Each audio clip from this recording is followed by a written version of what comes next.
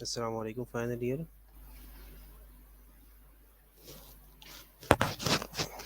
कैसे हो आप लोग?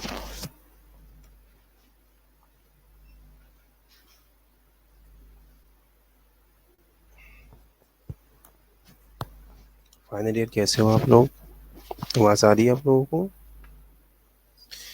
लास्ट लेक्चर में किसी का कोई क्वेश्चन?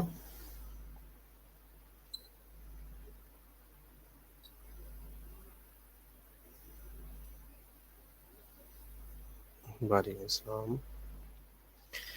लास्ट लेक्चर में किसी का कोई क्वेश्चन हो तो पूछ लो।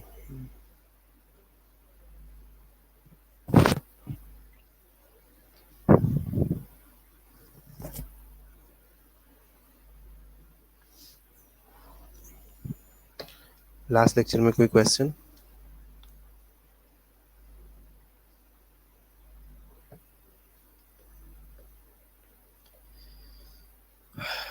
चलिए। ओके, हम वेंटिलेटर पढ़ रहे थे। वेंटिलेटर में हमने ये पढ़ा कि वेंटिलेटर है क्या, ठीक है, वेंटिलेटरी केयर क्या होती है, वेंटिलेटरी केयर की आउटकम्स या हमारे गोल्स क्या होते हैं, ठीक है। फिर जब हम पेशेंट को वेंटिलेटर के ऊपर डालते हैं तो वेंटिलेटर के गोल क्या होते हैं या वेंटिलेटर के ऊपर डालने के कौन कौन से पर्पसेस हैं, वेंटिलेटर के कौन कौन से टाइप्स है, ठीक है, पॉजिटिव नेगेटिव। फिर पॉजिटिव के अंदर जो है वो कौन कौन से मोड्स या जो टाइप्स आ रहे हैं, ठीक है। फिर उसके बाद हमने 4 पढ़े थे। वॉल्यूम मोड के बारे में पढ़ा था, ठीक है। उसके बाद जो है वो हम प्रेशर के बारे में पढ़ा था। उसके बाद जो है वो हमने टाइम साइकिल के बारे में पढ़ा था और फिर हाई फ्रिक्वेंसी वेंटिलेटर के बारे में पढ़ा था, ठीक है। अब लास्ट लेक्चर में अगर किसी का कोई क्वेश्चन हो, ठीक है, या कोई स्टूडेंट अगर कल एब्सेंट हो तो मैं दोबारा से एक दफ़ा रिपीट कर लूँगा, ठीक है। चलो आज हम नेक्स्ट जो है वो आज हम पढ़ेंगे वेंटिलेटर की वजह से जो जो इंजरीज हो रही है उसके बारे में हम पढ़ेंगे, ठीक है। जब भी हम पेशेंट को वेंटिलेटर के ऊपर डालते हैं तो काफ़ी सारी मसले आ सकते हैं उसकी वजह से, ठीक है। जिस तरह हम कहते हैं ना कि जितनी भी चीज़ है या जिस जिस चीज़ के जितने फ़ायदे हैं उतने जो है वो नुकसानात भी होते हैं, ठीक है। तो वेंटिलेटर की वजह से कौन-कौन सी इंजरीज़ जो है वो हो सकती हैं। तो 5 तरह की इंजरीज़ जो है वो वेंटिलेटर से स्पेसिफाइड है या वेंटिलेटर के साथ जो है वो मुंसलिक के कौन-कौन से हैं। एक है barotrauma, the second one is volutrauma, third one is atelectrauma, fourth one is biotrauma and the last one is VALI या वेलाई, ठीक है। ओके, अब फर्स्ट जो है वो क्या है, बैरोट्रोमा है। बैरोट्रोमा क्या है? बैरोट्रोमा जो है वो barotrauma can result from high pressure. आप लोगों ने फर्स्ट ईयर में बैरो रिसेप्टर्स पढ़े होंगे, ठीक है। बैरो का मतलब है the word baro mean pressures, ठीक है। तो बैरो रिसेप्टर्स क्या करते थे, प्रेशर को सेंस करते थे, ठीक है। उसी वही चीज़ है बैरोट्रोमा, ठीक है। प्रेशर की वजह से ट्रॉमा हो रहा है, ठीक है। अब प्रेशर कंट्रोल वेंटिलेशन में हमने क्या पढ़ा था, प्रेशर कंट्रोल वेंटिलेशन में हमने ये पढ़ा था या प्रेशर साइकिल वेंटिलेशन में, कि उसमें हम एक प्रीसेट प्रेशर जो है वुड्स के साथ जो है वो एयर डिलीवर करते हैं पेशेंट को। अब जब हम एक प्रीसेट प्रेशर के साथ एयर डिलीवर करते हैं ना, अगर वो प्रेशर उस पेशेंट के ऊपर या उस पेशेंट के लिहाज से ज़्यादा हुआ या जो एक कॉन्टिन्यूस हाई प्रेशर के साथ जो है वो एयर अंदर जा रहा है तो उसकी वजह से अंदर इंजरी होती है, ठीक है। एयर जो है वो अल्वियोलाई से लीक होना शुरू कर देते हैं प्लूरल स्पेस में, ठीक है। और उसकी वजह से जो है वो नीमोथोरिक्स या नीमो मीडियास्टिनम के चांसेस होते हैं, ठीक है। नीमोथोरिक्स क्या है? नीमोथोरिक्स, नीम मतलब एयर, ठीक है। एयर जो है वो थोरेसिक कैविटी में जाता है या एयर जो है वो मीडियास्टिनम में चला जाता है तो उसको नीमोथोरिक्स या मीडियास्टिनम हो जाता है, ओके। नेक्स्ट वन जो है वो वॉल्यूट्रोमा है। अब वॉल्यूट्रोमा, वॉल्यू जो है वॉल्यूम से निकला है, ठीक है। अब हम लार्ज टाइडल वॉल्यूम्स दे रहे थे, ठीक है। उन लार्ज टाइडल वॉल्यूम्स की वजह से जो है वो वॉल्यूट्रोमा जो है वो हो सकता है, ठीक है। अल्वियोलाई जो है वो फ्रैक्चर हो जाती है, ठीक है। उनके अंदर फ्रैक्चर और फ्लूइड और प्रोटीन जो है वो लंग्स के अंदर जो है वो सीप हो जाते हैं, लंग्स के अंदर जो है वो अकमुलेट होना शुरू हो जाते हैं, ठीक है। और उसकी वजह से जो है वो नॉन कार्डियोजेनिक पल्मोनरी एडीमा हो सकता है, ठीक है।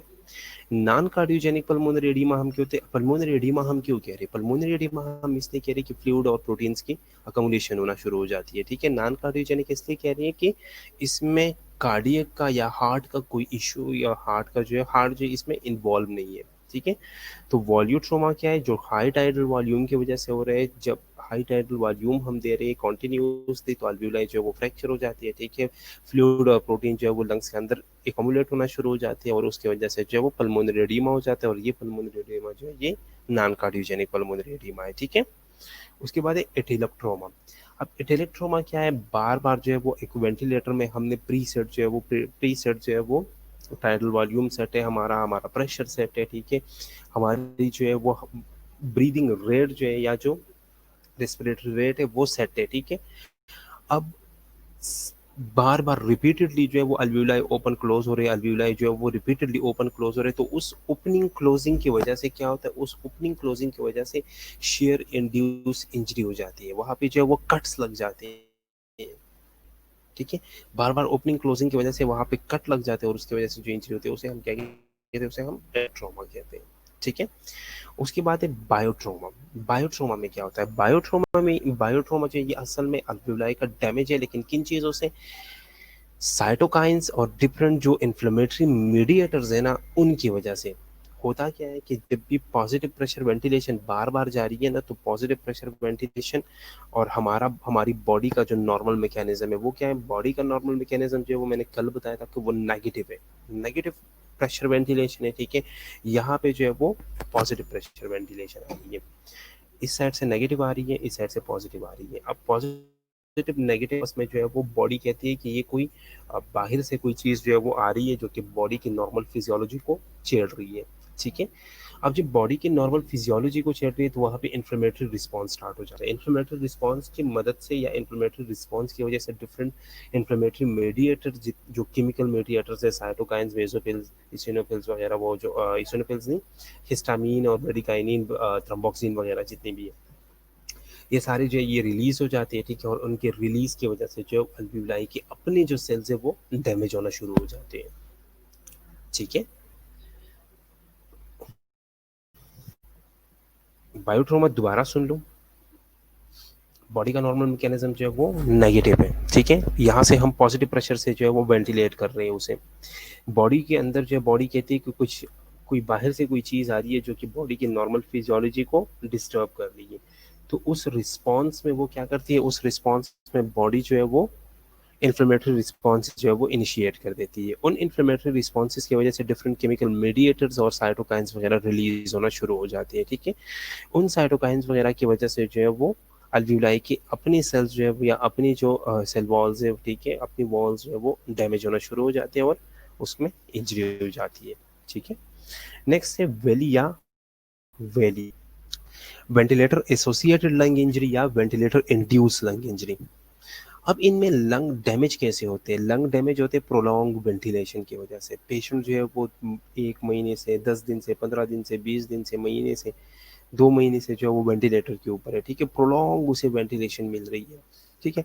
प्रोलॉन्ग उसे हाई लेवल ऑफ ऑक्सीजन मिल रहा है, प्रोलॉन्ग जो है उसे हाई वॉल्यूम्स मिल रही है, प्रोलॉन्ग जो है उसे हाई प्रेशर मिल रही है, ठीक है। इन चीज़ों की वजह से जो सर्फेक्टेंट का लेवल है ना वो डिक्रीज हो जाता है। सर्फेक्टेंट का लेवल जो है वो डिक्रीज हो जाता है, जैसे सर्फेक्टेंट का लेवल डिक्रीज हो जाता है वहाँ पे इन्फ्लेमेशन का लेवल जो है वो इंक्रीज हो जाता है। सर्फेक्टेंट का लेवल इंक्रीज डिक्रीज हो गया, सर्फेक्टेंट का काम था लंग्स को बचाना, ठीक है। तो लंग्स में इंजरी होना शुरू हो जाती है, ठीक है। ऊपर से इन्फ्लेमेशन स्टार्ट हो जाती है, तो इन्फ्लेमेशन की वजह से जो है वो मुख्तलिफ केमिकल मीडिएटर्स वगैरह रिलीज हो जाती है, ठीक है। तो अल्वियोलाई के कैपिलरी मेम्ब्रेन वगैरह जो है वो डैमेज हो जाता है, और वहाँ से फ्लूइड लीक होना शुरू हो जाती है, ठीक है। जब फ्लूइड लीक होना शुरू हो जाते हैं, फ्लूइड जो है वो लंग्स के अंदर चले जाते हैं, क्योंकि इधर जो है वो फ्रैक्चर बन जाते हैं, ठीक है, पोर्स वगैरह बन जाती है, तो फ्लूइड जो है वो लंग्स के अंदर चला जाते हैं, और तभी जो है वो पल्मोनरी एडीमा हो जाता है, और ये एडीमा भी नॉन कार्डियोजेनिक पल्मोनरी एडीमा है, ठीक है। इंजरीज की समझ आ गई, अगर नहीं आई तो मैं दोबारा रिपीट करता हूँ।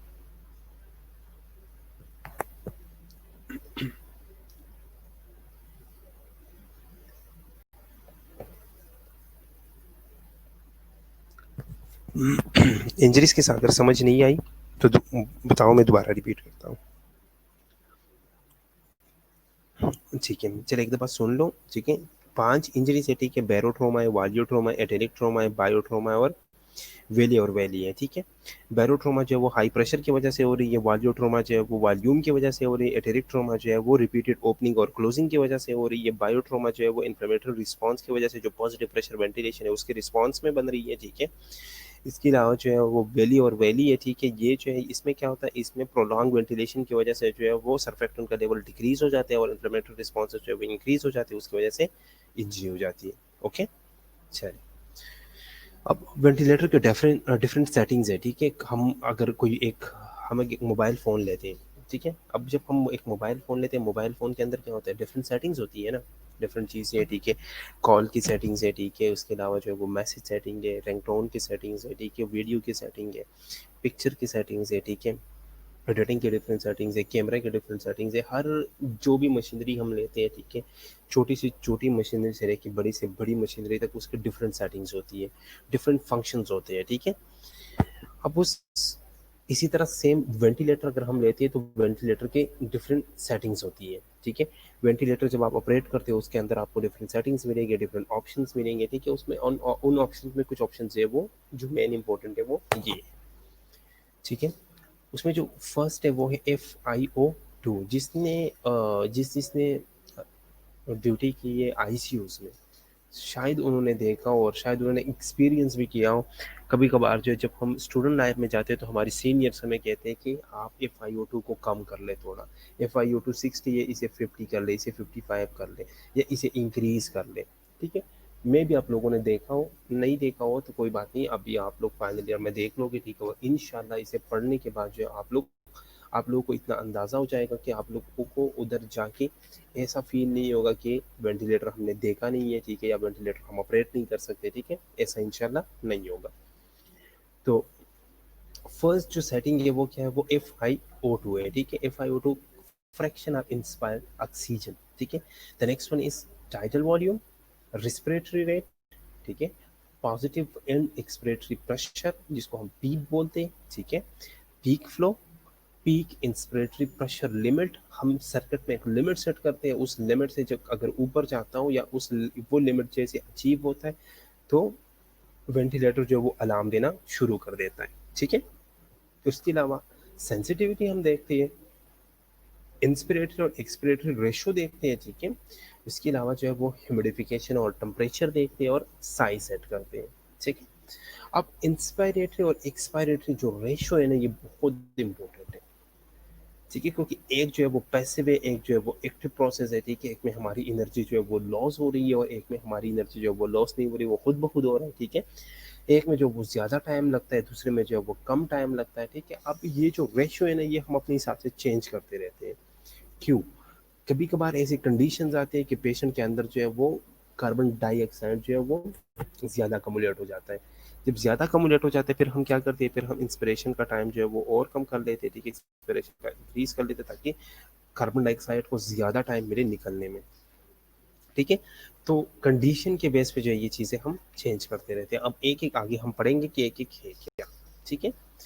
तो the first one is fraction of inspired oxygen, जिसको हम नॉर्मली आप लोग आईसीयूज में प्रैक्टिस में FiO2 कहते हैं, ठीक है। शॉर्ट फॉर्म जो इसका यूज होता है।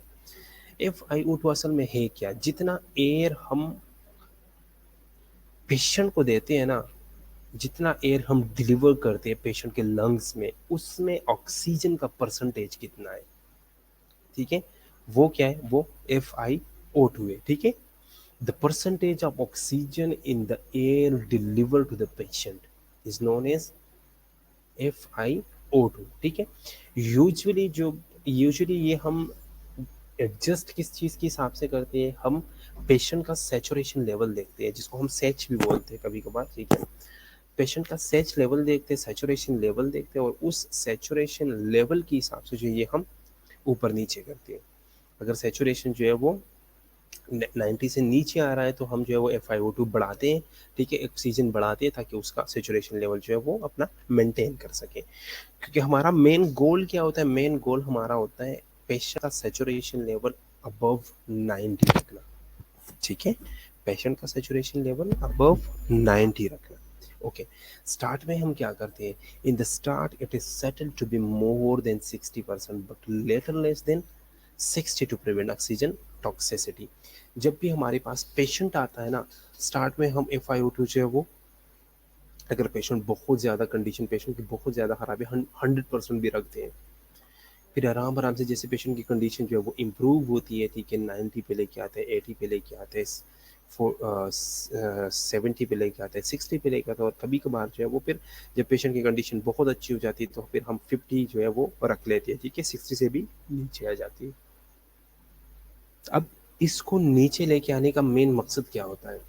आप लोगों ने फ्री रेडिकल्स के बारे में सुना होगा, ठीक है। जब भी ऑक्सीजन टॉक्सिसिटी होती है ना, ऑक्सीजन टॉक्सिसिटी का मतलब क्या है? ज़्यादा ऑक्सीजन जब हम देते हैं ना तो उसके वजह से जो है वो फ्री रेडिकल्स बनते हैं। उन फ्री रेडिकल्स की वजह से जो और प्रॉब्लम शुरू हो जाती है, ठीक है, सेल इंजरी होती है, निक्रोसिस वगैरह हो जाता है, ठीक है। तो इस वजह से ऑक्सीजन टॉक्सिसिटी से बचने के लिए जो है वो FiO2 का लेवल जो है वो हम आराम आराम से डिक्रीज करेंगे, ठीक है। इसमें कोई इशू?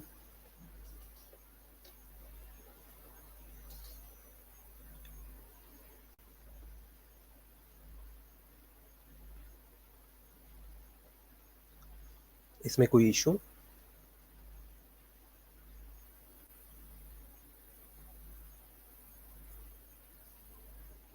क्लियर है, okay. The next one is tidal volume. Repeat कर दूं? ओके। ओके, एक बच्ची को समझ नहीं आई, वो कह रही है वो रिपीट कर दें, ठीक है।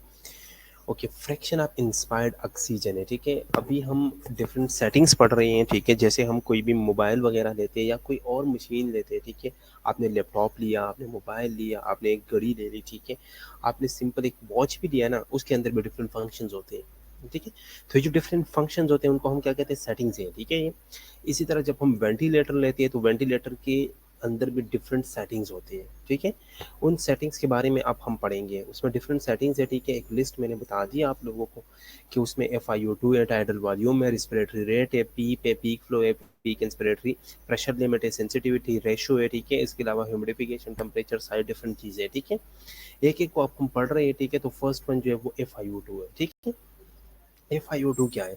FiO2 fraction of expire oxygen है। जितना एयर हम डिलीवर कर रहे हैं पेशेंट में ना, पेशेंट को जितना एयर हम इंजेक्ट कर रहे हैं पेशेंट के लंग्स को, उसमें ऑक्सीजन का मकदार कितना है, ऑक्सीजन का परसेंटेज कितना है। The percentage of oxygen in the patient is known as FiO2, ठीक है।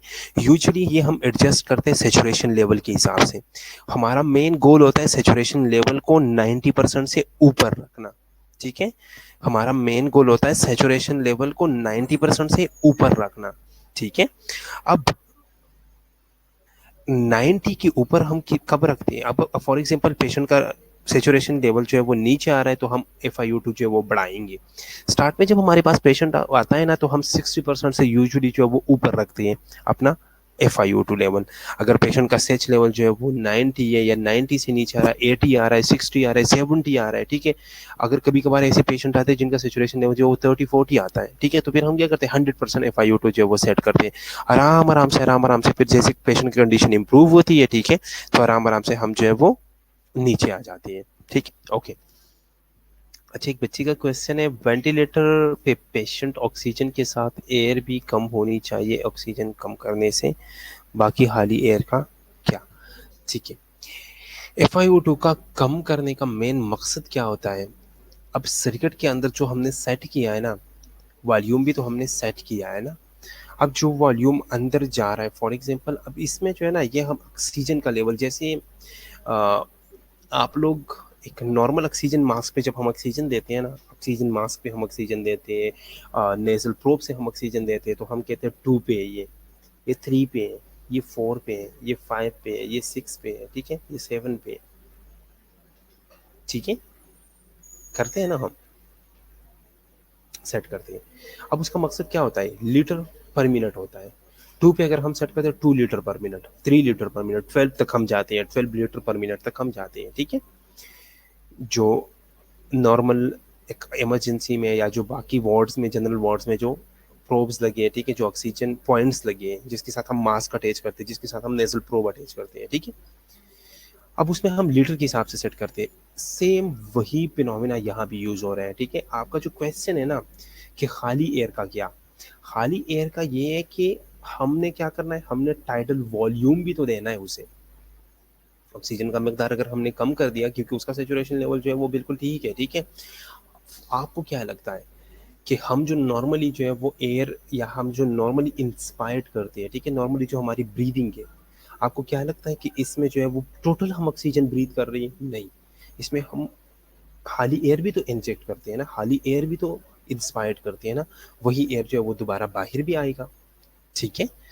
तो खाली एयर का यहाँ पे जो इशू आ रहा है ना, ये है कि हमने सिर्फ और सिर्फ ऑक्सीजन पे यहाँ पे इसलिए फोकस किया है क्योंकि ऑक्सीजन की वजह, अगर हम ज्यादा ऑक्सीजन देंगे तो ऑक्सीजन की वजह से टॉक्सिसिटी हो जाएगी, ठीक है। खाली एयर जो है वो जाएगा, उतना ही जाएगा, क्योंकि हमने टाइडल वॉल्यूम जो सेट किया, प्री सेट टाइडल वॉल्यूम जो है हमारा, अगर हमने 400 ml सेट किया तो 400 जाएगा, 430 सेट किया तो 430 ही जाएगा। उसमें ऑक्सीजन का मकदार कितना जा रहा है वो हमने यहाँ पे सेट करना है, ठीक है। तो खाली एयर जो अंदर जा रही है वो हमारे टाइडल वॉल्यूम को सफिशिएंट बनाने के लिए, ठीक है, हमारे टाइडल वॉल्यूम को सफिशिएंट बनाने के लिए खाली एयर जो हमारा कंट्रोल हो रहा है वो टाइडल वॉल्यूम से कंट्रोल हो रहा है, ठीक है। क्लियर है आप? अभी भी अगर आपको क्लियर नहीं है मैं दोबारा एक्सप्लेन करता हूँ। किसी का कोई भी क्वेश्चन हो तो आप लोग टाइम टू टाइम जो है वो पूछा करें, ठीक है, और चीजें जो है वो क्लियर कर लिया करें, ठीक है। अब भी क्लियर नहीं है तो इट्स ओके, दोबारा पूछो, मैं दोबारा एक्सप्लेन करता हूँ।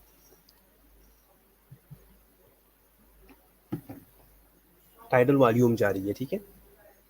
टाइडल वॉल्यूम क्या है? एयर है, ठीक है। अब उस एयर में ऑक्सीजन कितना जा रहा है वो हमारा FiO2 है, ठीक है। ओके ओके ओके, चलिए, very good. Okay, the next one is tidal volume. वही बात आ गई जो हम पहले कर रहे थे, टाइडल वॉल्यूम।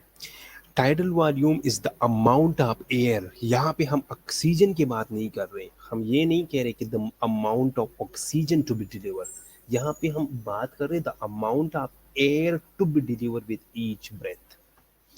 ईच ब्रेथ के साथ जितना एयर इन और आउट होता है, इन या आउट होता है, उसे हम क्या कहते हैं? उसे हम कहते हैं टाइडल वॉल्यूम, ठीक है, उसे हम कहते हैं टाइडल वॉल्यूम। अब ये टाइडल वॉल्यूम चाहिए, नॉर्मली हम सेट करते हैं, कल जो हम बात कर रहे थे ना वो इक्वेशन की, जिसकी समझ नहीं आ रही थी। असल में क्यों नहीं आ रही थी? क्योंकि हमें पता नहीं था कि नॉर्मल टाइडल वॉल्यूम कितना होता है। नॉर्मल जो टाइडल वॉल्यूम होता है ना वो 5 to 8 ml पर केजी के हिसाब से होता है, 5 to 8 ml पर केजी ऑफ बॉडी वेट। नहीं, किसने कहा था कि एयर O2 है? एयर के अंदर बहुत सारी चीज़ें हैं। एयर के अंदर जो है वो नाइट्रोजन है, एयर के अंदर जो है वो ऑक्सीजन है, एयर के अंदर जो है वो बाकी कार्बन डाइऑक्साइड है, ठीक है, एयर के अंदर जो है वो बाकी ट्रेस गैसेस है, ठीक है, सारी गैसेस है एयर के अंदर। एयर ऑक्सीजन नहीं है, ठीक है, एयर के अंदर ऑक्सीजन होता है। एयर खुद, टोटल एयर जो है वो टोटल ऑक्सीजन नहीं है, एयर के अंदर ऑक्सीजन होता है, ठीक है। ओके, हम क्या कर रहे हैं, हम जो टाइडल वॉल्यूम, हम अब नॉर्मली जब हम सांस लेते हैं तो हमने यहाँ पे कोई फिल्टर वगैरह तो नहीं लगाया, नहीं, मोस्टली ऑक्सीजन होती है।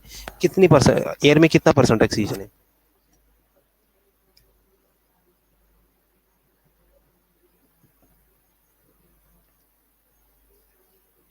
एयर में कितना परसेंट ऑक्सीजन है? शहर एयर में कितना परसेंट ऑक्सीजन है?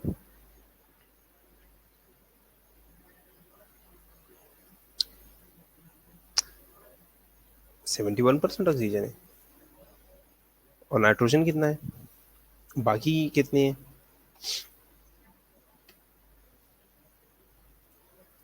कितना है? डिसाइड करके बताओ, कोई 21 कह रहा है, कोई 23 कह रहा है।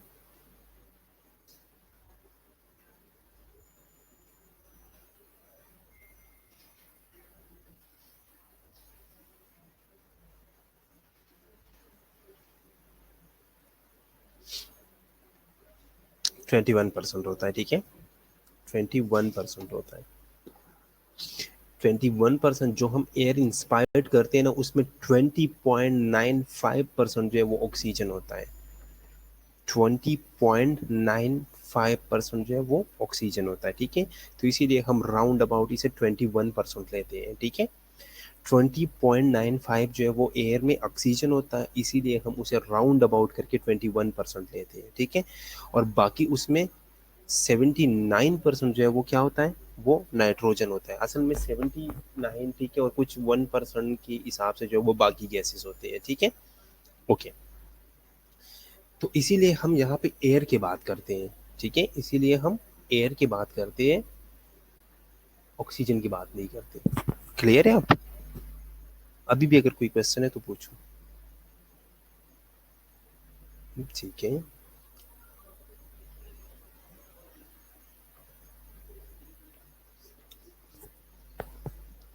ठीक है, ओके। तो ईच ब्रेथ के साथ जितना अमाउंट ऑफ एयर हम डिलीवर करते हैं पेशेंट को, उसे हम क्या कहते हैं, उसे हम टाइडल वॉल्यूम कहते हैं, ठीक है।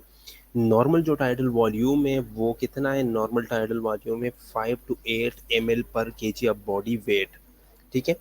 आप सब लोग 7 जो है वो एक एवरेज ले लें, और अपना अपना टाइडल वॉल्यूम निकाल के मुझे यहाँ पे कमेंट में बताएं कि आप लोगों का टाइडल वॉल्यूम कितना है। नॉर्मली आप लोगों ने बुक्स में पढ़ा होगा 450 to 500 ml, 500 ml, 500 ml tidal volume में। निकालते कैसे हैं, यही फार्मूला है, 5 to 8 ml पर केजी ऑफ बॉडी वेट। आप सब लोग, आप सारी सारी स्टूडेंट फाइनल ईयर की, मुझे अपना टाइडल वॉल्यूम बताएं 7 के हिसाब से, 7 ml पर केजी के हिसाब से। शाबाश।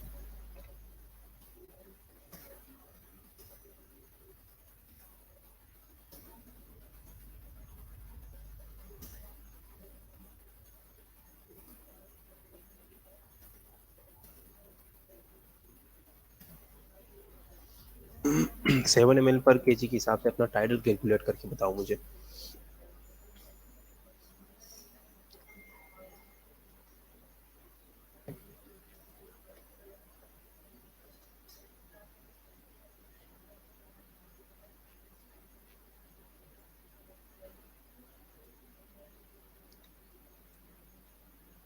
301, फिर केजी नहीं लिखना, ठीक है। जब टाइडल वॉल्यूम लिख लिया ना, फिर उसके बाद केजी नहीं लिखना, ठीक है, कि पर केजी के हिसाब से 301 नहीं है, पर केजी के हिसाब से 7 है, ठीक है। आपके टोटल वेट के हिसाब से 301 है, ठीक है। Okay, okay, 343, 350।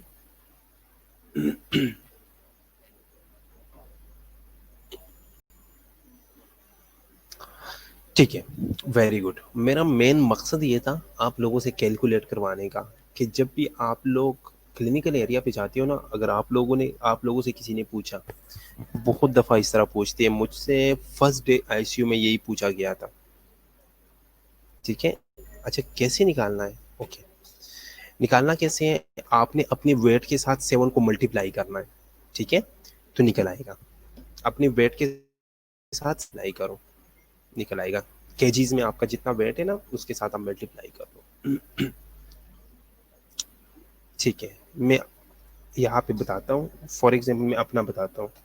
7 क्रॉस मेरा वेट 69 होगा, 69 है, होगा नहीं, 69 है फॉर एग्जाम्पल, ठीक है। तो 7 मल्टीप्लाई बाई 69, तो ये आ जाएगा कितना, ये आ जाएगा 483, 483 ml आ जाएगा, ठीक है। मैंने सिर्फ 2 स्लाइड पढ़ाई है अभी, ठीक है। अगर कोई इशू है तो मैं दोबारा रिपीट करता हूँ। FiO2 पढ़ाया है और टाइटल वॉल्यूम पढ़ाया है, ठीक है। एक बच्ची कह रही है कि मेरा नेट का इशू है, कितने स्लाइड्स पढ़े हैं, तो मैंने सिर्फ 2 स्लाइड्स पढ़े हैं अभी, FiO2 और टाइटल वॉल्यूम। अगर आपने नहीं सुने, मैं दोबारा जो है वो रिपीट है। ओके, बिल्कुल ठीक है, बिल्कुल ठीक है, ठीक है, ओके, वेरी गुड, ठीक है। तो मुझसे ये क्वेश्चन पूछा गया था जब मैं क्लिनिकल एरिया पे गया, मेरे इंटर्नशिप का मेरा फर्स्ट डे था शायद, आईसीयू में मैं काम कर रहा था। हमारे एक सीनियर थे, वो आए मेरे पास और उसने मुझे कहा कि ये वेंट है, ठीक है, वो सारा कुछ बता रहा था। जवाब में मैंने उन्हें ये कहा कि मैंने पढ़ा है, मैंने ऑपरेट नहीं किया। पढ़ने के हद तक मुझे पता है कि वेंड क्या है, वेंड के अंदर कौन कौन सी चीज़ें हैं, ठीक है, कौन कौन सी सेटिंग्स है, सारी मुझे पता है, लेकिन मुझे सेट करना नहीं आता।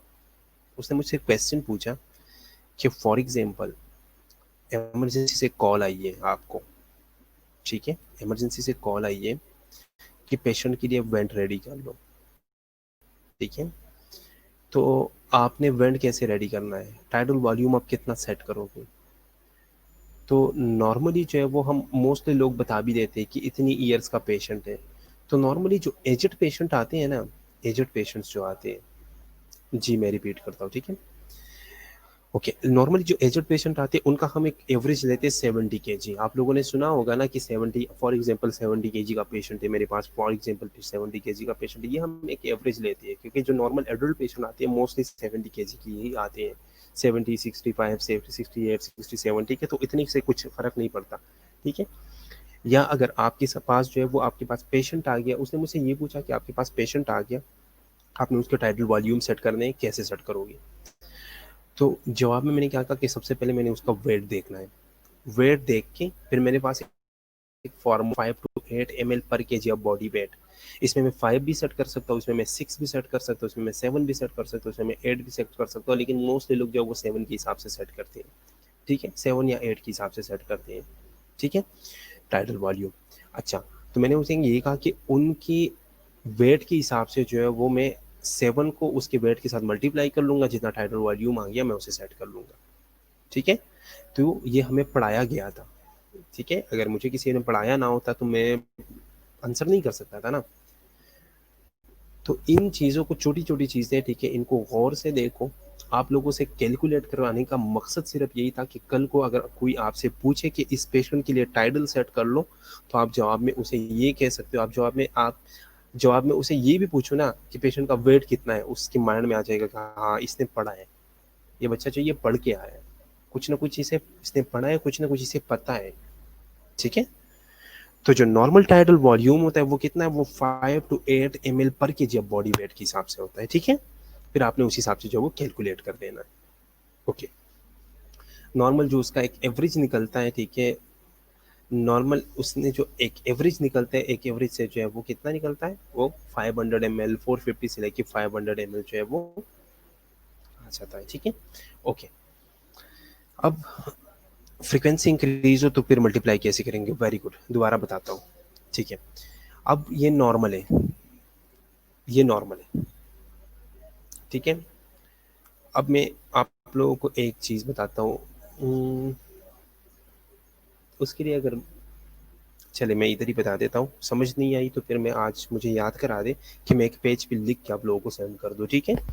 मैं पीपीटी में भी ऐड कर लूँगा, लेकिन अगर समझ ना आई तो फिर मुझे बता दे, ताकि मैं एक पेज पे लिख के आप लोगों को व्हाट्सएप ग्रुप में शेयर कर दूँ, ताकि आप लोगों को इशू ना हो, ठीक है। अब टाइटल वॉल्यूम जो मेरा आ रहा है वो कितना आ रहा है, वो फॉर एग्जांपल 483 आ रहा था मेरा, ठीक है, या 490 में ले लेता हूँ, चलो मैंने खुद को 70 kg कर लिया, ठीक है। अब 490 फॉर एग्जांपल मेरा आ रहा है, ठीक है, और मैं 1 मिनट में 20 टाइम्स जो है वो ब्रीथ ले रहा हूँ, गौर से सुनो। टाइटल मेरा आ रहा है 490, 1 मिनट में मैं 20 टाइम्स जो है वो इंस्पायर्ड कर रहा हूँ, ठीक है। तो इस टाइटल को मल्टीप्लाई करो, 490 को मल्टीप्लाई करो किसके साथ, 20 के साथ। सो 490 मल्टीप्लाई बाई 20, उस इससे आंसर आया मेरे पास 9800, ठीक है, इससे आंसर आया 9800, ओके, ठीक है, ठीक है, मैं रिपीट कर लूँगा, ठीक है, ओके, ओके, 9800 मेरे पास आंसर आया, तो 9800 ml एयर जो है ये मैं इंस्पायर कर रहा हूँ, ये मैं इंस्पायर कर रहा हूँ 1 मिनट में, ठीक है। 1 मिनट में मैं 9800 ml एयर जो ये इंस्पायर कर रहा हूँ, ये नॉर्मली है, ठीक है। अब वाली बात है, कल वाली बात की तरफ आते हैं। मैंने अपना टाइटल जो है वो, मैंने अपनी फ्रीक्वेंसी बढ़ानी है, मैंने मिनट में जो है वो 100 टाइम्स जो है वो सांस लेनी है, 100 टाइम्स जो है वो मैं सांस ले रहा हूँ, ठीक है। अब 100 टाइम्स के हिसाब से जो मैं अपना टाइडल वॉल्यूम जो है वो कम करूंगा, टाइडल वॉल्यूम में अपना करूंगा 1 to 3 ml पर kg, ठीक है। 1 to 3 ml पर kg मैंने एक एवरेज लिया 2 ml, 2 ml मल्टीप्लाई बाय मेरा वेट है फॉर एग्जांपल 70 kg, तो ये आ गया 140 ml, ठीक है। तो इसका मतलब है कि सिंगल ब्रेथ में मैं कितना एयर ले रहा हूँ, 140 ml ले रहा हूँ। 140 ml मल्टीप्लाई करो अब 100 के साथ, मल्टीप्लाई करो अब 100 के साथ, ठीक है। मल्टीप्लाई बाय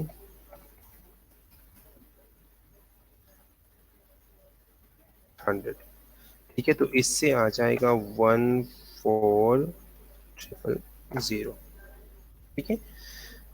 ये मैं क्या कर रहा हूँ, मेरी कंडीशन ऐसी है कि मुझे यहाँ पे ज्यादा से ज्यादा ऑक्सीजन चाहिए, ठीक है। तो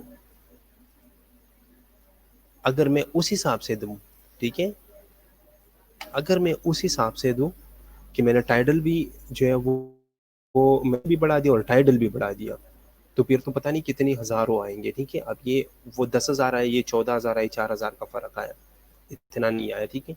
अब ये 4,000 का जो फर्क आया, ये मेरी कंडीशन ऐसी थी कि मुझे ये 4,000 एक्स्ट्रा चाहिए थे, इस वजह से उन्होंने जो है वो फ्रीक्वेंसी बढ़ा दी है, ठीक है। क्लियर है अब, ठीक है। अब मैंने जो है वो 2 लिया, ठीक है। अगर हम 1.5 लेते हैं, 1 to 3 है ना, 1.5 अगर हम यहाँ पे ले लेते हैं, तो 1.5 के हिसाब से जो है वो मेरा जो टाइडल जो मेरा एक टाइडल बनेगा वो कितना बनेगा, मेरा टाइडल बनेगा 105, 105 ml, ठीक है। 105 ml मेरा टाइडल बन गया। 105 को मैं मल्टीप्लाई करूँ 100 के साथ, 100 टाइम जो है वो मैं ले रहा हूँ, ठीक है। तो कितना आएगा, 105 को मैंने 100 के साथ कर लिया, तो 10,500 ml आ गया। उधर जो है वो 10,000 आया था, इधर जो है वो 10,500 ml आ गया, ठीक है। तो ऑलमोस्ट सेम ही, ओके। क्लियर है आप, क्लियर है आप।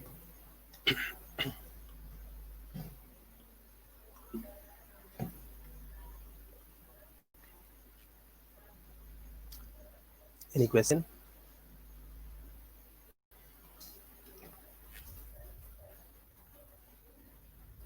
बायोस्टेट वाली कैलकुलेशन नहीं, हमेशा 100 के साथ नहीं करेंगे। आपने अगर 90 ब्रेथ्स उसे मिनट में देने हैं तो 90 के साथ करेंगे, आपने अगर 100 देने हैं तो 100 के साथ करेंगे, आपने अगर 110 देने हैं तो 110 के साथ करेंगे, आपने 80 देने हैं तो 80 के साथ करेंगे, ठीक है। वो आप अपने हिसाब से करेंगे, जितने आपने ब्रेथ सेट किए उसके हिसाब से करेंगे, okay.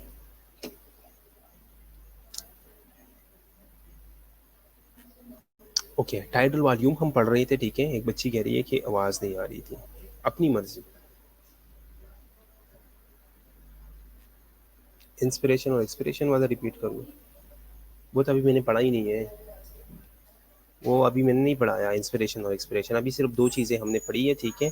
Fraction of inspired oxygen और साथ में टाइडल वॉल्यूम, ठीक है। ठीक है, टाइडल वॉल्यूम क्या है, टाइडल वॉल्यूम जितना एयर हम ईच ब्रेथ में जो है वो डिलीवर करते हैं वो टाइडल वॉल्यूम है, ठीक है। नॉर्मली जो है वो 5 to 8 ml पर केजी बॉडी वेट है, ठीक है। और 500 ml जो है उसने हमने एक एवरेज लिया है, ठीक है, okay. The next one is respiratory rate.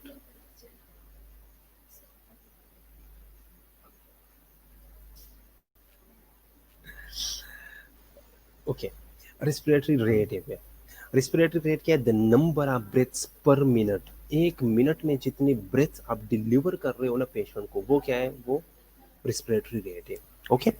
Determine alveolar ventilation or minute ventilation is equal to the respiratory rate multiplied by the tidal volume, ठीक है। अब यहाँ पे दो चीज़ें आ रही है, एक है रेस्पिरेटरी रेट और दूसरा है हमारा मिनट वॉल्यूम या अल्वियोलर वेंटिलेशन। अल्वियोलर वेंटिलेशन को हम किस तरह निकालते हैं? अल्वियोलर वेंटिलेशन को हम निकालते हैं, रेस्पिरेटरी रेट को हम मल्टीप्लाई करते हैं टाइडल वॉल्यूम के साथ, ठीक है। तो जब रेस्पिरेटरी रेट को हम मल्टीप्लाई करें टाइडल वॉल्यूम के साथ, उससे जो आंसर आता है उसे हम अल्वियोलर वेंटिलेशन कहते हैं या मिनट वेंटिलेशन कहते हैं, ठीक है। Adjustment in either of these parameter affect the PaCO2, ठीक है। इन दोनों पैरामीटर्स में एडजस्टमेंट, टाइडल वॉल्यूम में एडजस्टमेंट, मिनट वॉल्यूम में एडजस्टमेंट, रेस्पिरेटरी रेट में एडजस्टमेंट, इन तीन चीज़ों को चेंज करते रहते हैं तो उसका इफेक्ट किस चीज़ पे पड़ता है? Partial pressure of carbon dioxide के ऊपर पड़ता है, ठीक है। रेस्पिरेटरी रेट को जब हम मल्टीप्लाई करते हैं टाइडल वॉल्यूम के साथ, रेस्पिरेटरी रेट को जब हम मल्टीप्लाई करते हैं टाइडल वॉल्यूम के साथ, उसे हम कहते हैं मिनट वेंटिलेशन या अल्वियोलर वेंटिलेशन। सेकेंड लाइन पढ़ो, सेकेंड लाइन में लिखा हुआ है डिटरमिन अल्वियोलर वेंटिलेशन और minute ventilation is equal to the respiratory rate multiply by tidal volume. Sentence में लिखा हुआ है लेकिन मैंने वैसे बता दिया आप लोगों को, ठीक है। रेस्पिरेटरी रेट और टाइडल वॉल्यूम को जब मल्टीप्लाई करो उससे जो आंसर आता है वो हमारा मिनट वेंटिलेशन होगा या अल्वियोलर वेंटिलेशन होगा। ओके, क्लियर है अब?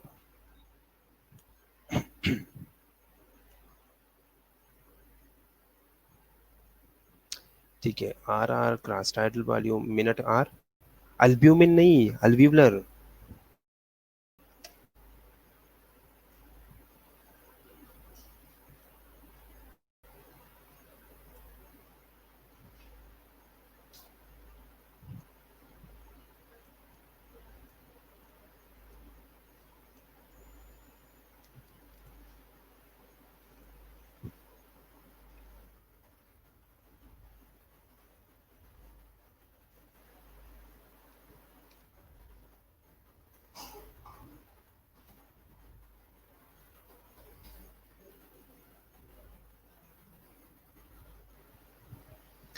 अल्ब्यूमिन नहीं अल्वियोलर वेंटिलेशन, ठीक है।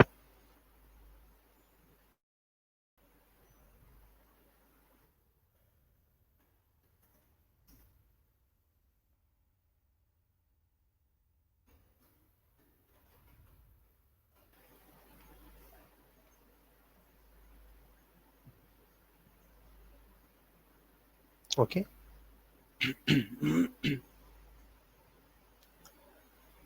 ओके। यहाँ तक कोई क्वेश्चन किसी का? ओके, क्लियर है, ठीक है। एक बच्ची कह रही है कि कल उसका नेट जो है वो सही नहीं चल रहा था, तो कल का लेक्चर जो है वो लास्ट में रिपीट कर दे। तो लास्ट अभी 10 मिनट्स रह गई है, ठीक है। तो वो लेक्चर में थोड़ा सा रिपीट कर लो उस बच्ची के लिए, ठीक है। और आप लोग भी सुन लो, शायद आप लोगों के लिए भी कोई जो है वो शायद कोई न्यू चीज़ मिल जाए, शायद मुझे कोई न्यू चीज़ मिल जाए, ठीक है।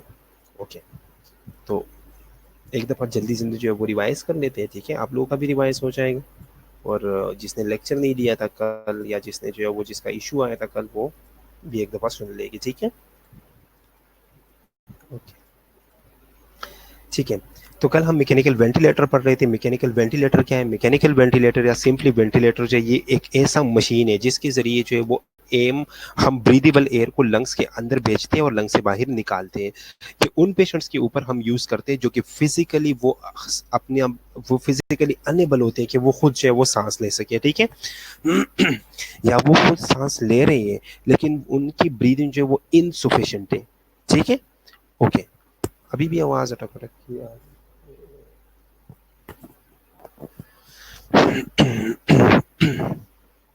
वो फैन ऑन कर लिया किसी ने।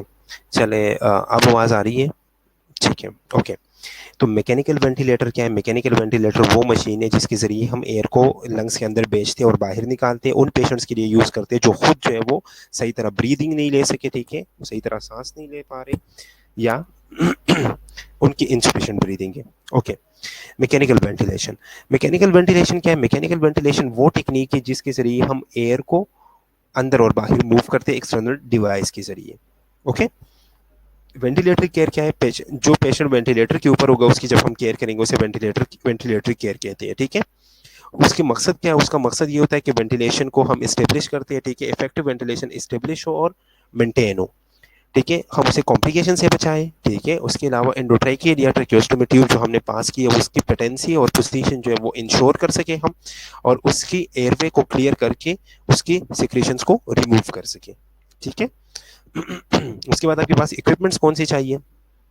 वेंटिलेटर होना चाहिए, बेड होना चाहिए, दोनों जो है वो लॉक होनी चाहिए, ठीक है। उसके अलावा सक्शन अपरेटस होना चाहिए, मॉनिटरिंग अपरेटस जो एक मॉनिटर होना चाहिए, ठीक है। रिससिटेशन चार्ट होनी चाहिए जिसके ऊपर आपने चीज़ों को मेंशन करना है, ठीक है। डिफिब्रिलेटर होना चाहिए, ऑक्सीजन का सेटअप होना चाहिए, मैनुअल रिससिटेशन बैग जिसको हम एम्बो बैग कहते हैं वो होना चाहिए, और एंडोट्रैकियल इंट्यूबेशन सेट होनी चाहिए, ओके। उसके बाद आपके आपने पेशेंट को वेंटिलेटर के ऊपर डालना है, ठीक है। तो आपके आपकी मेन मकसद क्या है? हाइपोक्सीमिया को रिवर्स करना है, आपने रिस्पिरेटरी एसिडोसिस को जो रिवर्स करना है, ठीक है। रिस्पिरेटरी डिस्ट्रेस से जो है वो पेशेंट को रिलीफ देना है, ठीक है। उसके अलावा जो एपिलेप्टिस से आपने पेशेंट को प्रिवेंट करना है, ठीक है, और वेंटिलेटरी मसल्स को आपने रेस्ट देना है, ओके। इंडिकेशंस क्या है? आपने हम पेशेंट्स को कब जो है, ओके, हम पेशेंट को जो है वो कब वेंटिलेटर के ऊपर डालते हैं? रिस्पिरेटरी फेलियर हो, कार्डियोपल्मोनरी अरेस्ट हो, ट्रॉमा है, कोई हेड इंजरी, हेड नेक वगैरह का, ठीक है, न्यूरोलॉजिकल इंपेयरमेंट हो, कोई पल्मोनरी इंपेयरमेंट हो, ठीक है। अच्छा, इसके अलावा जो मेन चीज़ है, ठीक है, रिस्पिरेटरी रेट जब 25 से ऊपर चला जाए, कार्बन डाइऑक्साइड जो है वो 50 से ऊपर चला जाए, ऑक्सीजन जो है वो 50 से नीचे आ जाए, ठीक है, से सेचुरेशन 90 से कम हो जाए, ठीक है। और एटेलेक्टेसिस क्या है? एटेलेक्टेसिस क्या है? जब कोलैप्स हो जाती है अल्वियोलाई वगैरह जो है, जब कोलैप्स हो जाते हैं उस कंडीशन को हम क्या कहते हैं? एटेलेक्टेसिस कहते हैं, ठीक है। Atelectasis collapse. जी जी। चलता चलता ना 52 53 मिनट तक खुद ही जो है बंद हो जाता है, ठीक है। 52 53 पे हो गया ना, तो नेक्स्ट जो है रिजल्ट है उसको प्रॉब्लम तो नहीं होगी रिजल्ट में? एंड इवन मैंने खुद से नहीं ना किया था, कोई इशू नहीं, इशू, ठीक है, ओके, सॉरी। अच्छा, एटेलेक्टेसिस क्या है? एटेलेक्टेसिस जो है जब लंग्स जो है ना वो कोलैप्स कर जाते हैं, लंग्स जो है वो क्लोज हो जाती है, ठीक है। फॉर एग्जांपल अब ये लंग है, ठीक है, लंग जो है ये लंग का मिसाल जो है ना, लंग्स लंग बिल्कुल गुब्बारे की तरह है, बैलून की तरह है। जब तक इसके अंदर एयर जाएगा, ठीक है, तब तक ये बिल्कुल ठीक रहेगा। गुब्बारे से आप एयर बिल्कुल निकाल लो, ये बिल्कुल कोलैप्स हो जाते हैं, दोनों वॉल जो है वो आपस में टकरा जाते हैं, ठीक है। सेम इसी तरह लंग्स है, लंग्स से अगर बिल्कुल रिजिडुअल वॉल्यूम भी निकल जाए ना, लंग्स से जो बिल्कुल एयर बाहर निकल जाए तो लंग्स बिल्कुल कोलैप्स कर जाएंगी, ठीक है। इसे क्या कहते हैं? इसे कहते हैं एटेलेक्टेसिस। इस कंडीशन को जब लंग्स बिल्कुल कोलैप्स कर जाते हैं उसे एटेलेक्टेसिस कहते हैं, ओके। ठीक है, फिर कुछ कॉम्प्लिकेशंस थे मैकेनिकल वेंटिलेटर के साथ, एयरवे की कॉम्प्लिकेशंस आ रही है, मैकेनिकल कॉम्प्लिकेशंस आ रही है, फिजियोलॉजिकल कॉम्प्लिकेशंस आ रही है, ठीक है। उसके बाद वेंटिलेशन के टाइप्स के बारे में पढ़ा था, पॉजिटिव वेंटिलेशन है, नेगेटिव वेंटिलेशन है, ठीक है। नेगेटिव वो है कि नेगेटिव पुराने ज़माने में यूज़ होते थे, एक केस होता था वो आपके चेस्ट वॉल को इनकेस करता था और आपके चेस्ट को पुल करता था बाहर की तरफ और इंस्पिरेशन को इनिशिएट करता था, ठीक है। दूसरा जो है वो है पॉजिटिव प्रेशर वेंटिलेशन जो आजकल यूज़ हो रही है। उसमें क्या है? पॉजिटिव प्रेशर का मतलब है आप किसी चीज़ को दबाव दे रही हो, किसी चीज़ को पीछे से धक्का दे रही हो, ठीक है। तो वेंटिलेटर एयर को पीछे से धक्का दे रहे हैं और आपकी लंग्स के अंदर वो एयर जो है वो जाता है, ठीक है। लेकिन जो हमारा नॉर्मल मैकेनिज्म है वो नेगेटिव के बेस पे है, चेस्ट के अंदर जो है वो नेगेटिव फोर्स जो है वो बनता है, नेगेटिव प्रेशर बनता है और उसके बेस पे हमारा इंस्पिरेशन जो है वो इनिशिएट होता है, ठीक है। नेक्स्ट जो है वो फिर हम पॉजिटिव प्रेशर के कुछ टाइप्स और मोड्स पढ़े थे। वॉल्यूम साइकिल था, प्रेशर साइकिल था, टाइम साइकिल था, हाई फ्रीक्वेंसी था। वॉल्यूम साइकिल में हम प्रीसेट एक टाइडल वॉल्यूम सेट करते थे। प्रेशर साइकिल में हम प्रेशर सेट करते हैं कि इस इतने प्रेशर के साथ कि इस एयर ने जो है वो अंदर जाना है। टाइम साइकिल में हम इंस्पिरेशन का टाइम सेट करते थे कि 1 सेकंड में इंस्पिरेशन होनी है, 2 सेकंड में होनी है, 3 सेकंड में होनी है, ठीक है। और उसके बाद हाई फ्रीक्वेंसी था, हाई फ्रीक्वेंसी में जो है वो हम फ्रीक्वेंसी सेट करते थे। हार्ट रेट जो है वो सेट, हार्ट रेट नहीं, सॉरी, हार्ट रेट बोल रहा हूँ, रिस्पिरेटरी रेट जो है वो सेट करते हैं, ठीक है, कि इतनी इतना रिस्पिरेटरी रेट जो है वो हमारा होगा और इतनी फ्रिक्वेंसी होगी उसकी, ओके, क्लियर है। जिस बच्ची ने कल वो लेक्चर में इशू था कल, उसको क्लियर है। फिर भी अगर उसे कोई क्वेश्चन है, ठीक है, मुझे नहीं पता कि कौन थी वो, नाम में भूल गया हूँ मैंने, वो मैं भूल गया हूँ, ठीक है। जो भी स्टूडेंट था या जिस स्टूडेंट को कल वाले लेक्चर में इशू था या आज वाले लेक्चर में इशू है, ठीक है, फिर भी वो मुझे जो है वो व्हाट्सएप ग्रुप में भी पूछ सकते हो, ठीक है, नेक्स्ट लेक्चर में भी पूछ सकते हो, ठीक है। कभी भी आप लोग फील फ्री, कभी भी आप लोग पूछ सकते हो, ठीक है, लेकिन चीज़ें जो है वो सारी क्लियर कर लो, ठीक है। ओके।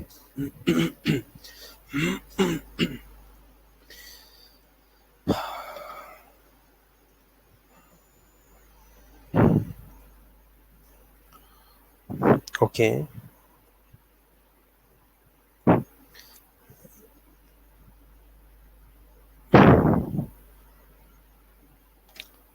ठीक है, फिर हम अपना लेक्चर जो है वो यहाँ पे एंड कर लेते हैं, ठीक है, क्योंकि नेक्स्ट प्रेजेंटर ने ऑनलाइन होना होता है। 3-4 मिनट रह गए, 3-4 मिनट में मैं आप लोगों की अटेंडेंस वगैरह लगा लूँगा, और आप लोग भी थोड़ा सांस लो, ले लेना 3-4 मिनट, क्योंकि प्रेजेंटर ने आना होगा, नेक्स्ट लेक्चर होगा आप लोगों का, ठीक है। ओके, अपना बहुत बहुत ख्याल रखिएगा, और यहाँ पे हम अपना लेक्चर जो है, चले बाकी चैप्टर्स जो है वो, बाकी सब्जेक्ट्स, चले मैं क्या कह सकता हूँ, सारी जो है वो, अच्छा आप लोगों ने क्या करना है, बाकी लेक्चर्स भी अभी होनी है, तो इस वजह से जो है वो आप लोग थोड़ा सा सांस ले लो 3-4 मिनट, और मुझे ये बताओ कि थर्ड ईयर के सब्जेक्ट्स का क्या हो रहा है, तैयारी हो रही है कि नहीं, क्योंकि कभी भी जो है वो आप लोगों की डेट शीट आ सकती है, तो साथ साथ जो है उसकी भी तैयारी रखा करो, ठीक है। ओके, अल्लाह हाफिज़।